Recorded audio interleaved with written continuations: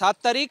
West Bengal board of secondary এডুকেশনের তরফ থেকে সুপ্রিম কোর্টে একটা অ্যাপ্লিকেশন ফাইল করা হয়। তারা কিছু সময় চান, একটাই তাদের প্রেয়ার ছিল, তারা চেয়েছিলেন কি অন্তত যে এখন একাডেমিক ইয়ার চলছে জানুয়ারি থেকে ডিসেম্বর অবধি, সেটাও সেই দিন অবধি তাদেরকে সময় দেওয়া হোক ফ্রেশ রিক্রুটমেন্ট করার জন্য। এবং সেই সময়ের মধ্যে তারা অনুরোধ করেছিলেন কোর্টের কাছে কি যারা নন টেন্টেড টিচার রয়েছেন তাদেরকে টিচিংয়ের জবে রাখা হোক, এটা অনুরোধ করেছিলেন। যেহেতু একটা বড় সংখ্যক টিচার যদি সিস্টেম থেকে বের হয়ে যায় তাহলে শিক্ষা দপ্তরের উপর বা শিক্ষার যে ক্ষেত্র রয়েছে পশ্চিমবঙ্গের সেখানে একটা বড় প্রভাব পড়বে, এই অনুরোধ রাখা হয়েছিল। আজকে চিফ জাস্টিসের বেঞ্চে যখন শুনানি স্টার্ট হয় তখন আমরা দেখলাম রাজ্য সরকারের তরফ থেকে, West Bengal board of secondary এডুকেশনের তরফ থেকে, এসএসসির তরফ থেকে তারা অনুরোধ করছিলেন কোর্টের কাছে কি তাদের একটা লিমিটেড প্রেয়ার রয়েছে, তারা যে অর্ডার রয়েছে সেটাকে তারা মানছেন, তবে একটাই প্রেয়ার তাদের কাছে রয়েছে, তারা চাইছেন কি যে 3 মাসের সময়সীমা বেঁধে দেওয়া হয়েছিল সেটাকে ডিসেম্বর অবধি করা হোক এবং এই 31 ডিসেম্বর অবধি তারা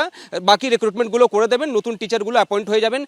এই সাময়িক তারা স্বস্তি চাইছিলেন। আজকে সুপ্রিম কোর্ট যে তাদের বক্তব্য শোনার পর যে নির্দেশ দিয়েছে সেটাতে তারা 3-4টে পয়েন্ট বলেছেন। তার মধ্যে প্রথম পয়েন্ট হলো তারা বলছেন যে শুধুমাত্র ক্লাস 9, 10, 11, 12 যারা নন টেন্টেড টিচার রয়েছেন তারা ডিসেম্বর অবধি পড়াতে পারবেন, যে সরকার যে অনুরোধ করেছিল সেটাকে মেনে নিয়েছে। সুপ্রিম কোর্ট এটাও বলেছে গ্রুপ সি এবং গ্রুপ ডি যারা ছিলেন তাদেরকে কিন্তু আর চাকরিতে টেন্টেড হোক বা নন টেন্টেড হোক তাদেরকে কোনো জায়গায় যোগ করানো যাবে না, যেহেতু এখানে হায়ার লেভেল অফ